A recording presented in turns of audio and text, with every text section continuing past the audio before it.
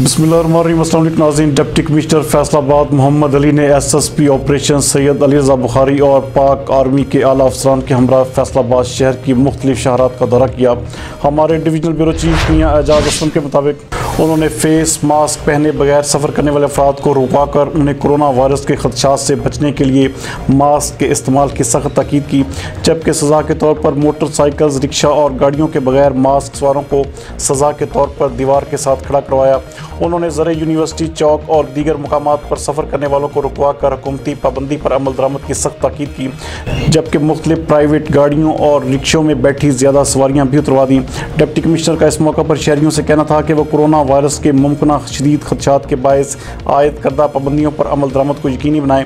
उनका मज़ीद कहना था कि बगैर ज़रूरत के तहत घरों से बिल्कुल बाहर ना निकला जाए ताकि सेहत का तहफ़्फ़ुज़ यकीनी हो। डिप्टी कमिश्नर का कहना था कि ज़लई इंतज़ामिया शहरियों को कोरोना वायरस से बचाव के लिए एहतियाती व इंसदादी इक़दामात पर ज़िम्मेदारी से अमल पैरा है, ताहम समाजी तावन इंतहाई ज़रूरी है ताकि वायरस से महफूज रहा जा सके। एसएसपी ऑपरेशन सैयद अली रज़ा बुखारी का कहना था कि इंसदादी कोरोना SOPs की खिलाफ वर्जी करने वालों के खिलाफ कार्रवाई की जा रही है। उन्होंने शहरियों से कहा कि वो मास्क के बगैर घरों से बिल्कुल ना निकलें, बसूरत दीगर उन्हें कानूनी कार्रवाई का सामना करना पड़ सकता है।